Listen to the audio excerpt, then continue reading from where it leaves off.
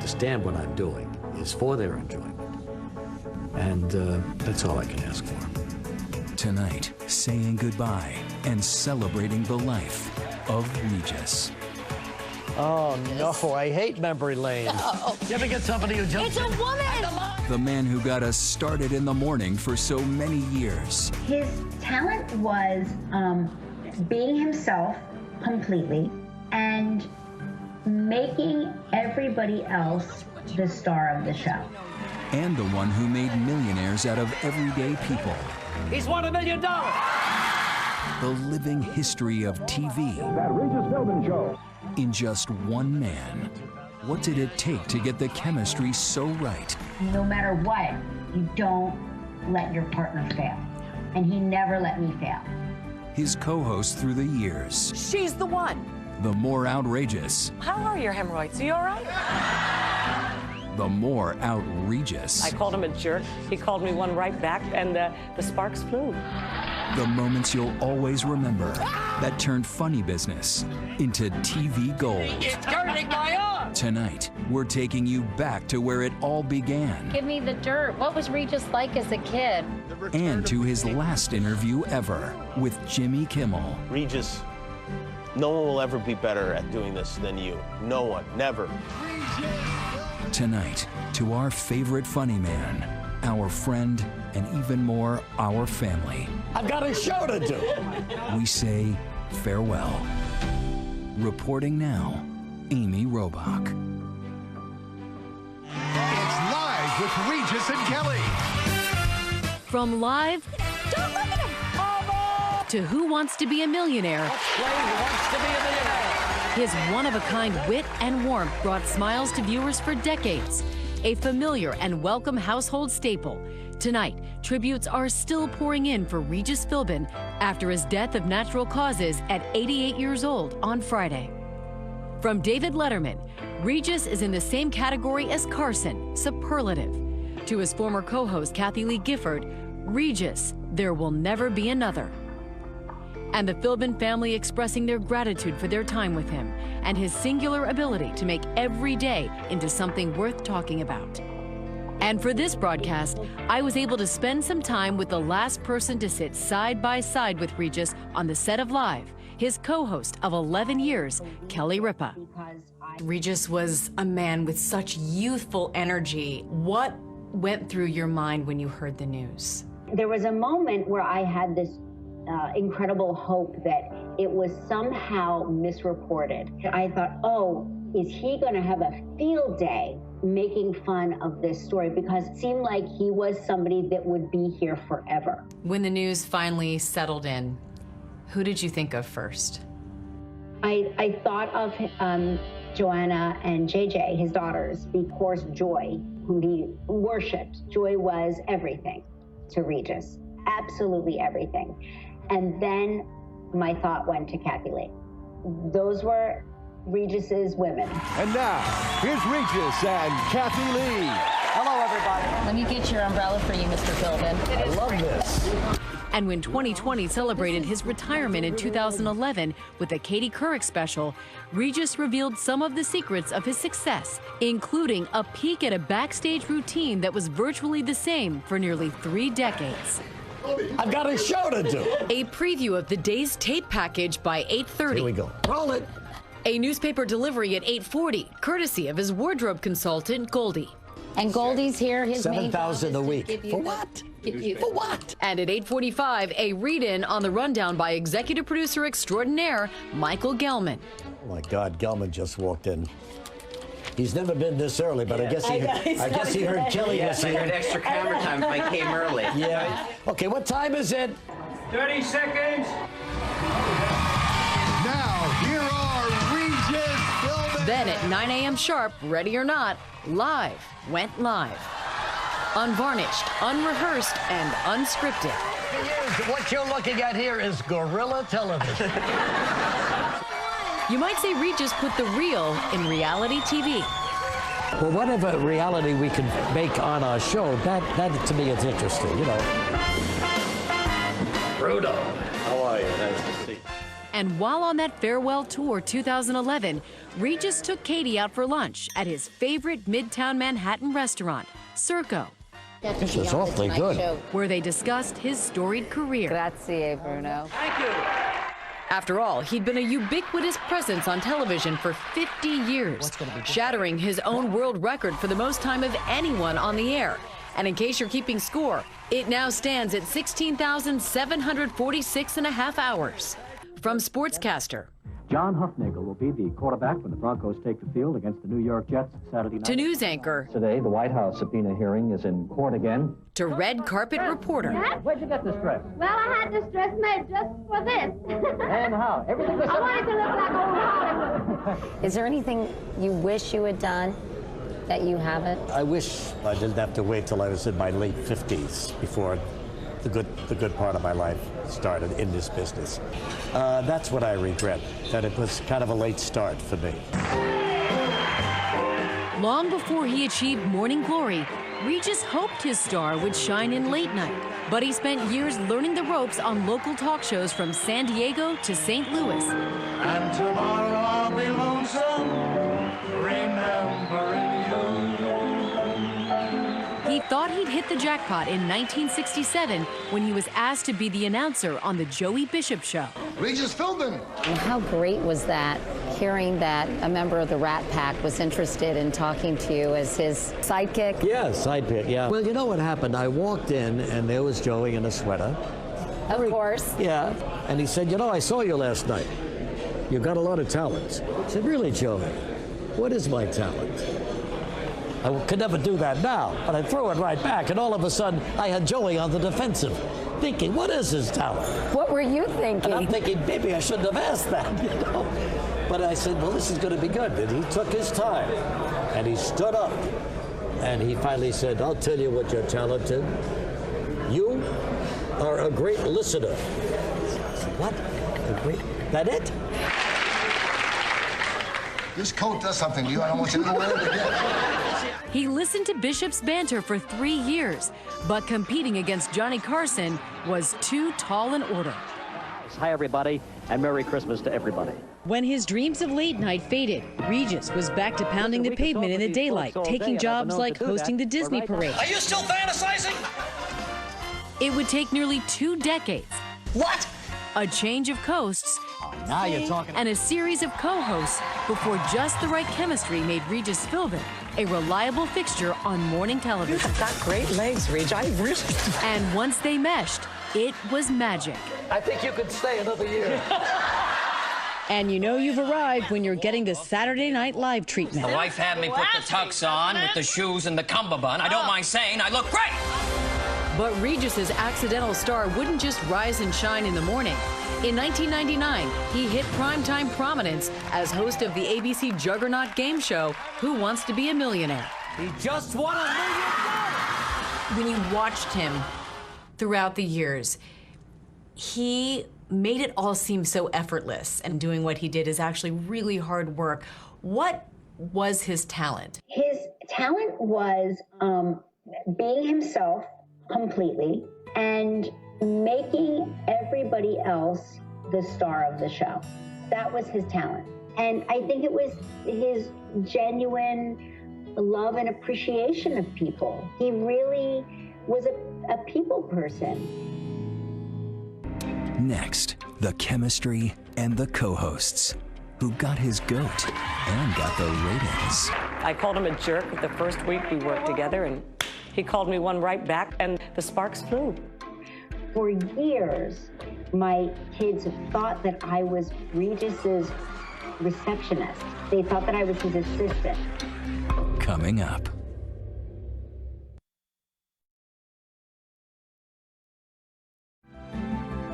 Once again, Amy Robach. In the book of dynamic comedy duos, you'll find Abbott and Costello, Martin and Lewis, Lucy and Ricky, and Regis Philbin with just about anybody who sits beside him. Did you ever get somebody who jumps It's a in? woman! And the line is! A class photo of his former co-host is a collection of leading ladies who learned from the best. The Morning Maestro himself. I think I learned from Regis to be authentic on camera. With his co-host Sarah Purcell, Regis would strike TV gold in a segment called Host Chat. What is this you're wearing? This looks like early Daniel Boone. It would be his secret sauce for the next 3 decades. Exactly my thoughts. Okay. Regis regaling his co-host with tales from events of the night before. Well, last night went up to Yankee Stadium with some friends. Derek Jeter, first pitch, bang, hits a home run. No writers and no holds barred. The whole monologue at the beginning is about what you did the night before, so you don't talk about any of that ahead of time. And it worked. It absolutely worked. There is something about working with Regis. You really have to expose your personal life. I mean, you talk about everything. John had a terrible cold, so I don't the weakest excuse I've ever heard of my John had a cold, and they couldn't talk about marriage? It was 1980, and his morning brash got the attention of network brass. NBC wanted him, and he wanted Mary Hart. Mary, how are you? Good morning, everybody. It's Friday, and it's I'm nice walking down Rodeo Drive, and I see a camera crew up the street. I walk by, and all of a sudden, Regis Philbin stands up, interrupts what he's doing, and he goes, "She's the one." The Regis Philbin show got canceled after just 7 months, but for Mary, it was the chance of a lifetime. right here, you know, as Mary steps here, and boom, and she's out that window. He had left this booming, popular show locally to go to the network, and then the rug was pulled out completely from both of us, and I lucked out. I'm Mary Hart for Entertainment Tonight. They came to talk to me about what it feels like to be on a show that's canceled, great, and the next day they offered me a job. I think he held it against me for a very long time. Regis moved back to local TV, this time in the Big Apple, trying to find the next big break. Thank you very much. Hello. He worked with Cindy Garvey and then Ann Abernathy. But in 1985, the Maestro met his match. The result? TV dynamite. Here comes Kathy Lee Johnson. I put on my sneakers and did the run because I was still doing Good Morning America at the time, and came in all breathless. And is this the way it's going to be every morning? I called him a jerk the first week we worked together, and he called me one right back pretty much, and the sparks flew. Even New York City couldn't contain the fire. On September 5th, 1988, Regis would go national once again, and this time, the shtick would stick. By the way, I haven't asked you in a while. How are your hemorrhoids? Are you all right? I think in a weird way, if you hate reality television today, you sort of have to blame Reg and myself for that, because we were the first ones that I know of that ever got paid to talk about their lives for a living. You've been wanting to do this for 13 years, haven't you? This is as close as you're going to ever get, believe me when I tell you. It seems so real that people actually thought Regis and Kathy Lee were married. Is she cute? Is she a doll? She my woman. Even now, after 11 years of not being with him anymore professionally, Regis will announce his presence as he's coming through the door. That's right, Regis is here. That's right, the king, Regis, yes, and look who's here. She won't leave me alone. You know, people very often called me Kathy Lee because we happened to resemble each other. And people would see him with a redhead and think it was, of course, Kathy Lee. Yesterday we had one of our many crises. Oh, you mean because we were not speaking? And we... The most frequent substitute co-host from 1975 on was Joy Philbin, who shared a lot more than a stage with Regis. Women have asked me if I have had to deal with any jealousies, because after all, he does spend a lot of time with very beautiful, very smart women. We have been married so long that those worries have sort of dissipated. No funny business with his co-hosts, but Regis still managed to create a whole lot of funny. Oh my gosh. One of my favorites was we were the first ones to put on those sumo wrestling outfits. And I screamed. Where does the tweet come? I mean, the distance. The distance? Yeah. I don't know what that means. You know, the space. Space bar! Regis's last live co-host was Kelly Ripa, who landed the role when she was a soap star, working across the street from the live set. You get your first job hosting in television, sitting next to Regis Philbin.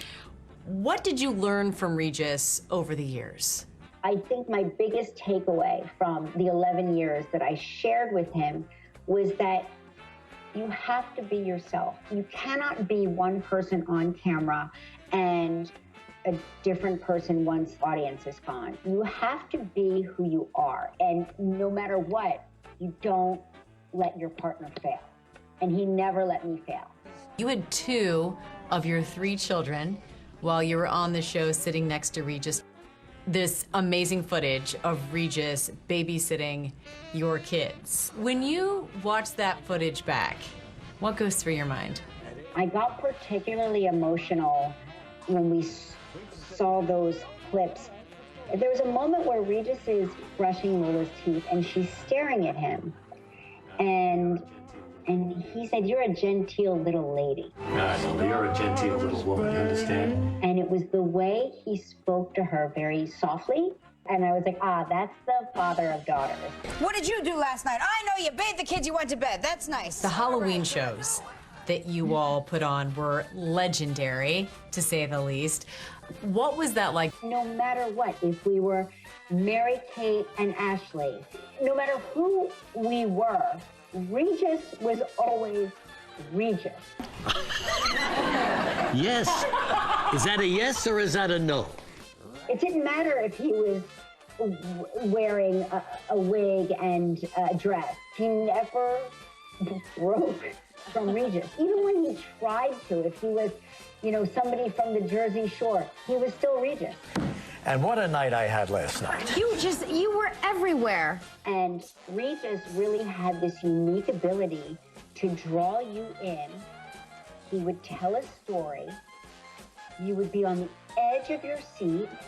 You would think, and then Regis is going to save the day. And then he would flip the story on its head, and he would be his own foil in the story. Finally, I couldn't stand it anymore. I stood up and George said, "Where are you going?" I said, "I'm to the bathroom, George." It was just magic.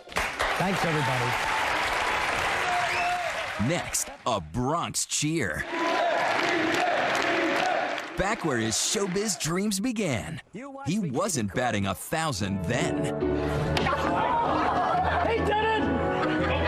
Coming up.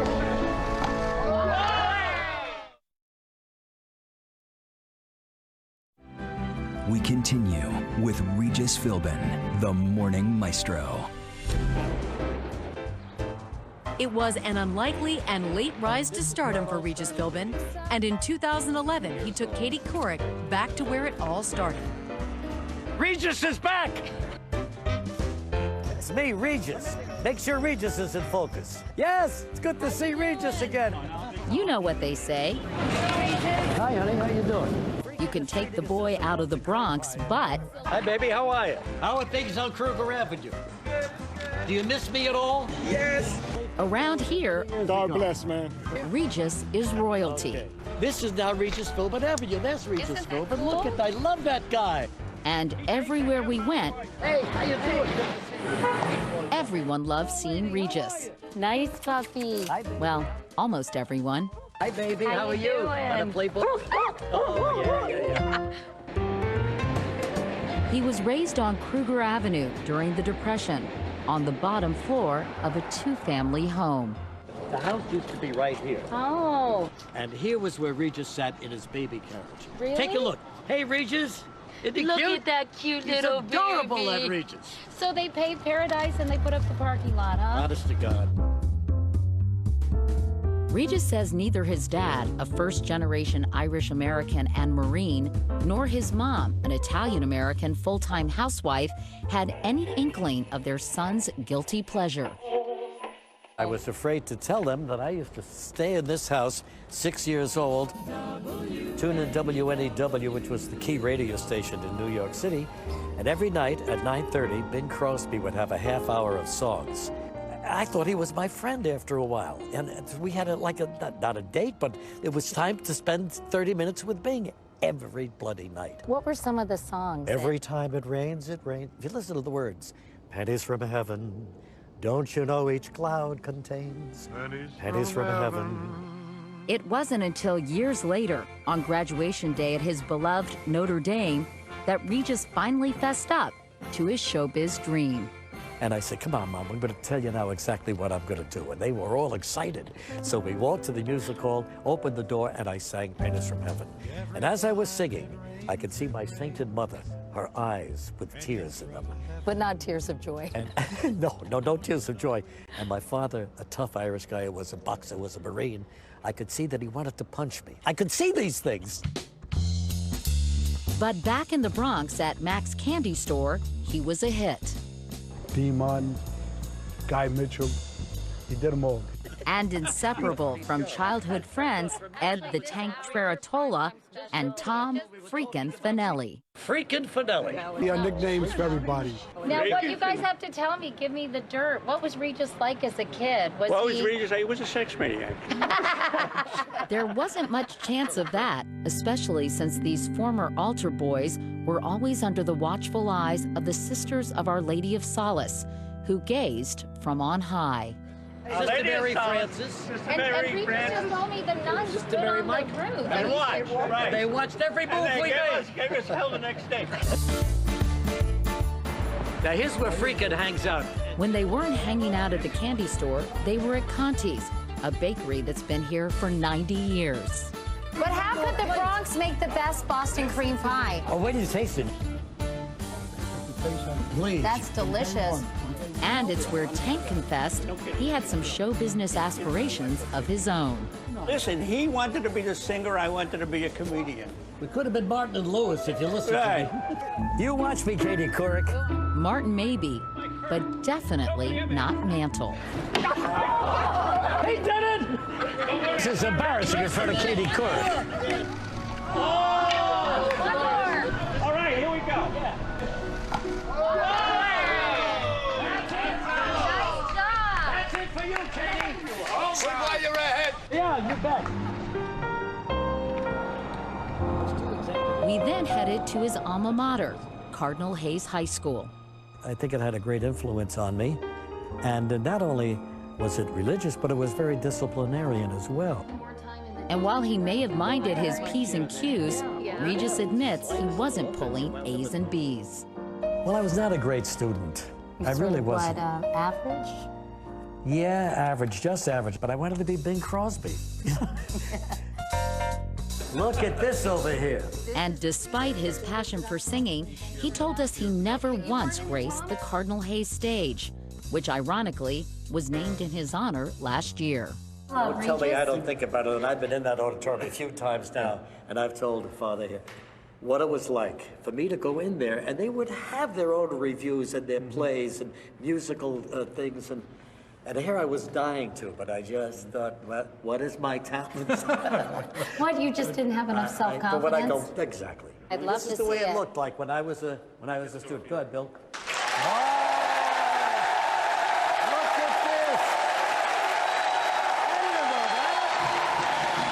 The entire graduating class of 2012 decided to surprise their famous alum. Regis established a scholarship program here, making it possible for 5 students to attend Cardinal Hayes every year. I just wanted to personally thank you for the help the scholarship that you had given my parents and myself. It has helped us significantly, and I just want to thank you for everything that you have done for me, for other students, and for the school in general. Thank you. One thing that I'd like to pass on to all of you is what I told Katie outside, that how sorry I am that I didn't participate in something that I wanted to be a part of. Could have learned it here. And if any of you have any of those dreams, and you're doubtful that you have the ability or the talent to fulfill that dream, you know, don't be frightened by it. Just dive in. So it thrills me to come back here. It thrills me to see all of you guys. I'm very proud of you, believe it or not. And pursue your dream. I know that's an old hackneyed saying in my business, but whatever you want to be, you're good enough to be. And you know why? Because you're a Hayes man. Thanks, guys. Now that's a Bronx cheer. Thank you, buddy. Hey, next. The next clip I put in the category of get it while you can. Uh-oh. We're going to the screening room. No, you kiss me over here.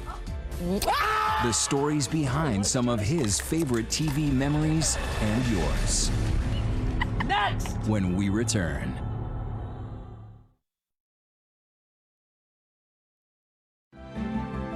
Once again, Amy Robach.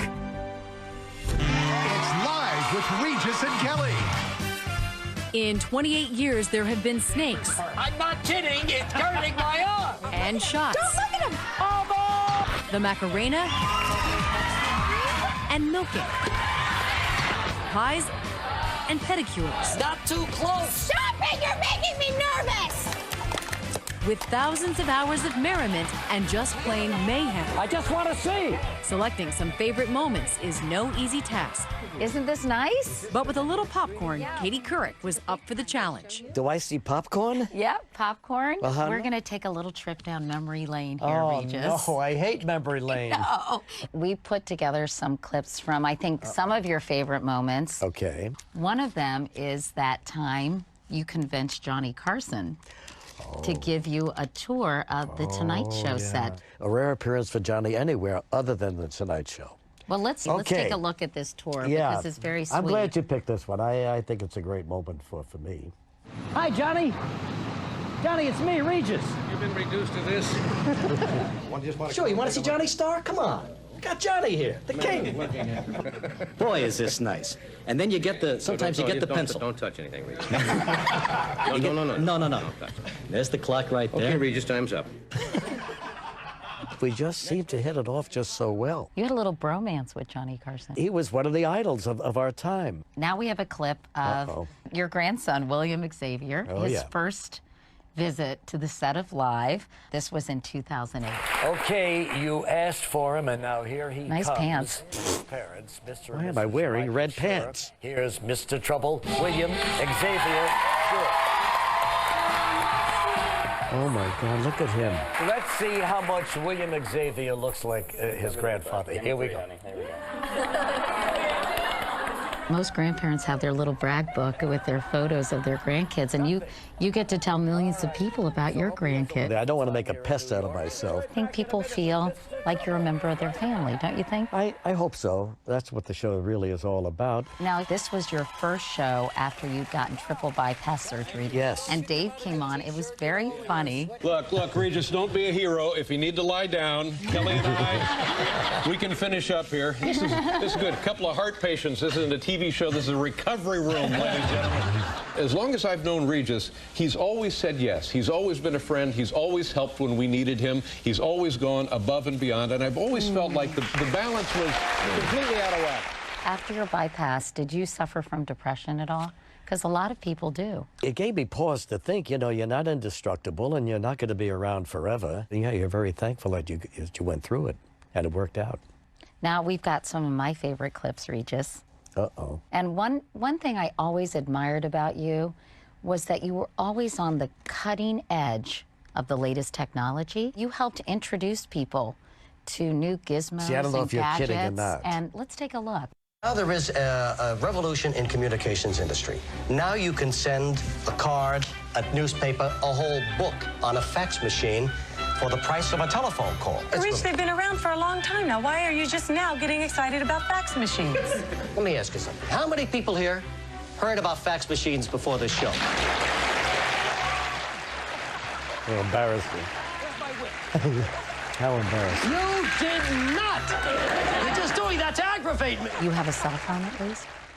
Yeah, but I never use it. I Really? don't even know what the number is. Really? Yeah. But you use a computer, right, Regis? No. No? No. Really? No. I don't. I Wow. need it. You got to sit there and type something out on a computer. It's ridiculous. It really is, and you know it. One thing I noticed as I took my little trip down your memory lane. My memory lane. You like to show off the bod, Regis. Oh, no, I don't really. What is it? What are we watching here? I'm taking off my pants now? Oh, God. With the long Anything socks. for a laugh, With right, the long Regis? socks. And still got the pants on my shoes. Somebody help Regis. Oh, my God. Stop with that. Can you believe you did this? Oh, and just recently, Regis. Oh, this is with Snoozy, whatever her name is. Snooky. And she's saying, take your shirt off. Look at you. Oh, for God. See what age does to you? I think you look pretty darn good. Oh, my. You are the big 8-0, Regis, and look at you. Anyway. Next! Next! All right, now, the next clip I put in the category of get it while you can. Uh-oh. God only knows what this is. No, you kiss me over here. Oh, this is my old trick. Come on, Alicia. You won't go to jail with We'll make him real jealous. We'll make him real jealous. Regis's big thrill.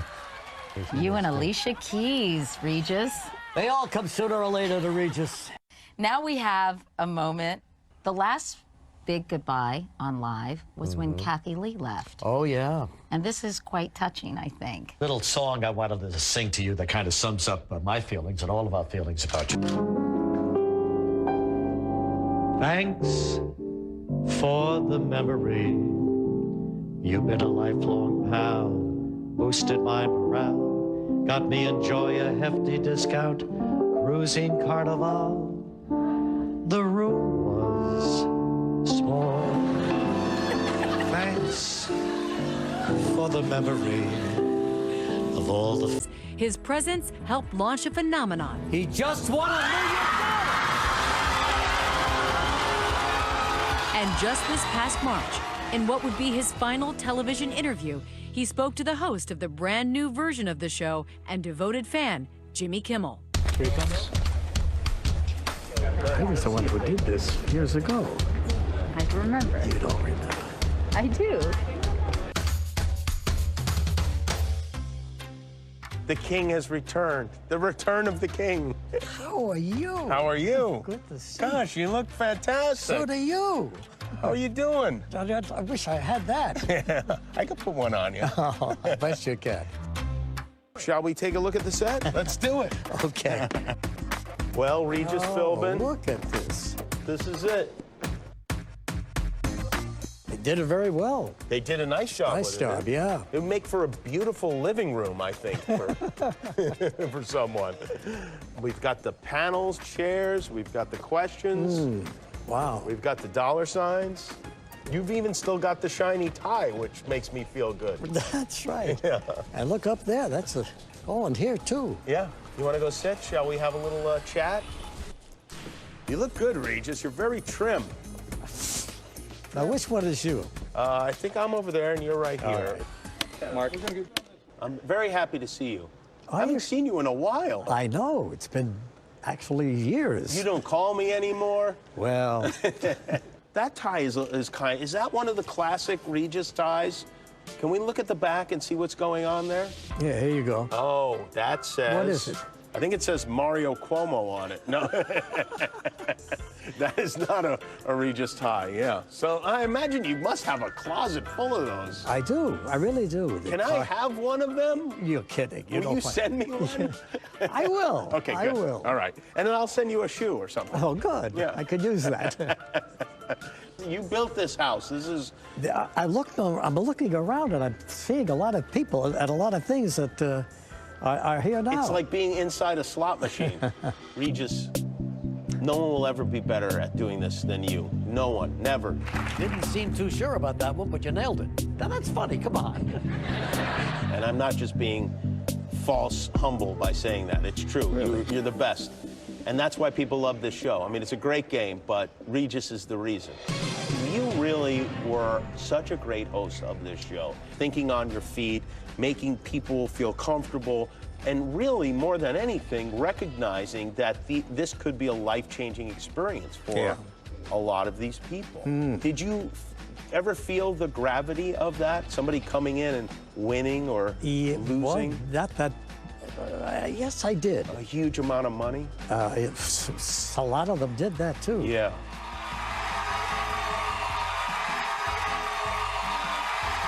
this is 21 years ago. Right, that's a long time ago. I loved doing the show. Final answer? Final answer? Is that your final answer? When you're at a restaurant, or do they ask you if that's your final answer when you order something? Once in a while. Yeah. But that's gotten older. You know, Has nobody says that anymore. People don't say it anymore. We love you, Regis. You're a great guy. You too. Thank you so much. Thank you. Next, a legend on his legacy. What I'll miss most after all these years is... When we come back.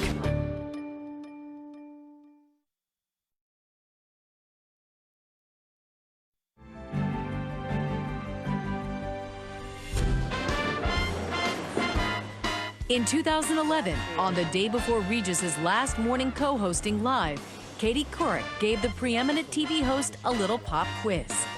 So, Regis, the personnel department at the network asked me to conduct your exit interview. So let's get started, shall we? My exit interview, okay. To what extent do you agree or disagree with each of the following? 1, I had a clear understanding of my roles and responsibilities. I agree with that. I had the opportunity to enhance my job skills. Well, of course, after 28 years, I think I did it a little better than before. Finish these sentences. I'm the happiest when When I'm entertaining people. I'm the most miserable when Oh my gosh. When I feel like I haven't been successful in something I've undertaken. I really feel badly about it. What worries me the most is... Maybe having spent too much time working and not enough time enjoying life. I hope to be remembered most for... 17,000 hours in front of a television camera? Is that enough for you? That works. The definition of maestro is a master of an art. And Regis Philbin made his unique brand of television an art form all its own. It's just the thought of you. Tell me what you think Regis's legacy will be. Oh, it's hard. It's hard to measure Regis's legacy because I still think of him as still here. I think that Regis's legacy is his contribution to humanity in terms of it's just okay to be yourself. And also, I think his love of people will also be his legacy. He just loved people, and he just wanted to be a part of it. He wanted to be a part of something, and he never let any of it go to his head. So I guess his ultimate legacy is his humility. What I'll miss most after all these years is... Oh, the excitement of walking out, you know, hearing some applause and knowing that the audience is there and they're on your side and they want to be entertained and you can do that for them. It's nice to know.